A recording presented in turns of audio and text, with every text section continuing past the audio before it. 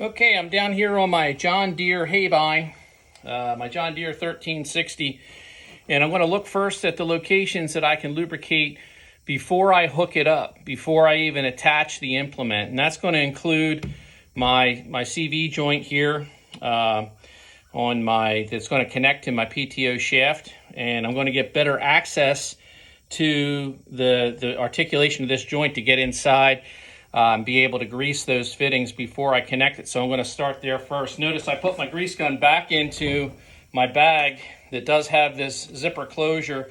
It also has a handle, and I hang this in the barn and then try to clean that off as best as I can. But certainly being in this bag keeps it cleaner than if it were just lying around somewhere.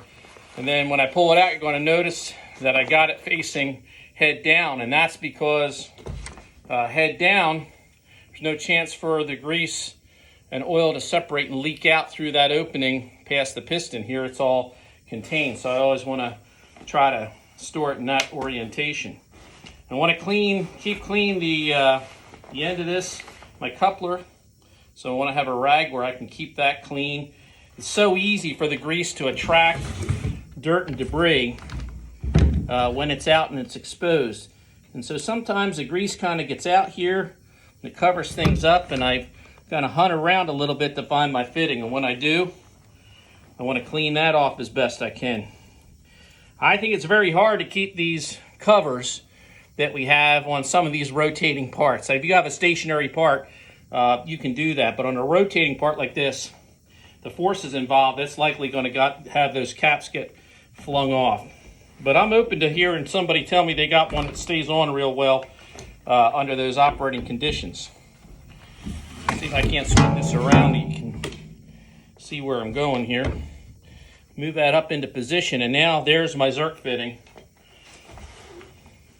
And I want to come straight on with it, and then just kind of hold it in position so I'm perpendicular there to that surface, and add a few pumps of grease to get into that joint. And that's a set of bearings in there.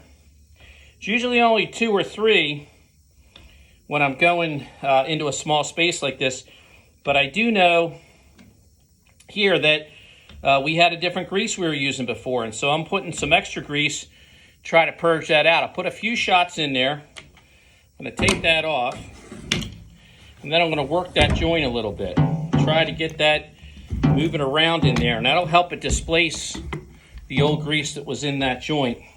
Make room for the new grease going in, make that greasing operation a little more effective.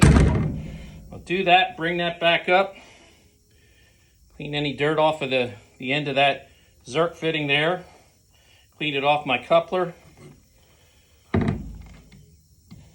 get that snapped on, put a few more pumps in there.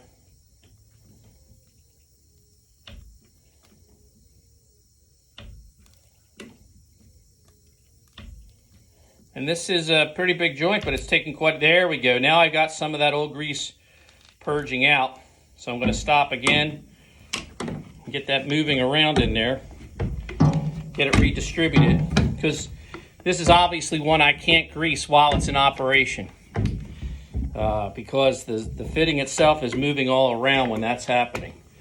So I get this all manually rearranged, moved around. I'll come back into my fitting one more time. Make sure I get some nice, new, fresh grease that has the old grease purged out of there. Make sure that's what I'm going back with right now.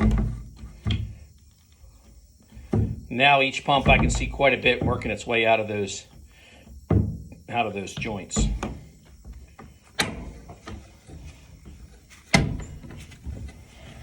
And you can kind of see that old grease coming out. Looks kind of nasty there. That grease has been in there doing its thing. And, you know, again, like I said, it's nice to do that lubrication after you do your work, because you get water and dirt in there, and then you don't want it to sit. And it could be, for a farm implement like this, it could be a month when it's haying season. It could be 6 months when it's, the last cutting of the year, which we're going to make today. So it could be a while before we when we finish up today before the next time we be out here doing it again. So I'm going to give it one more shot here with this transition to this new grease, which, by the way, this particular grease is a calcium sulfonate grease, calcium sulfonate complex. And there's a lot of folks that like to see us move towards that for a number of reasons. One here, that in this application, it's not necessarily a food grade application, but it's not bad to have food grade grease because we're creating feed that's going to go into the animals. So from a toxicity standpoint, having food grade takes away, those kind of concerns that it gets on the crop, it ends up in the bale and then the animal. But the second one is that this calcium sulfonate complex has some inherent EP properties, which is going to help in these, kind of banging, loading, shock load applications that we have on farm implements. The starts and stops, and a lot of times it's really like a shock load there, so it's going to help with that. And the other is this is a thickener that does really well under higher moisture levels.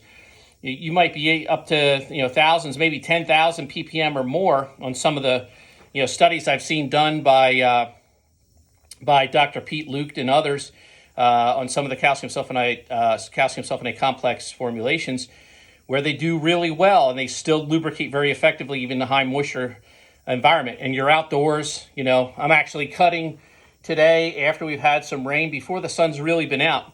And so I'm going to be cutting a little wet. I'm going to have a lot of moisture on my implement, so this kind of grease is really going to help with that. So I'm going to add a couple more shots.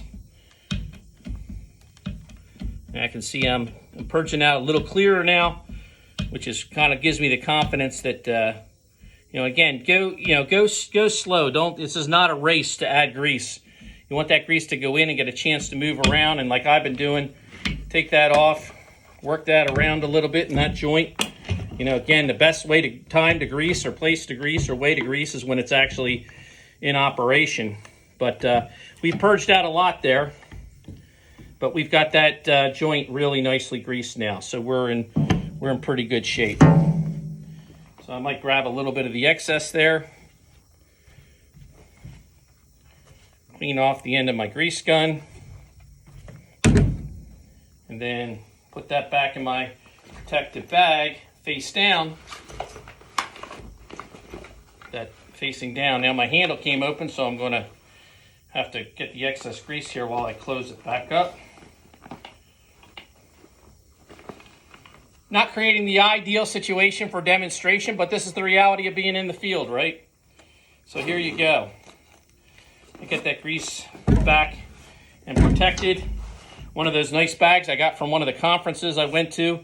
Now I'm using that to protect my grease gun in this case. So I'm going to clean my spline off.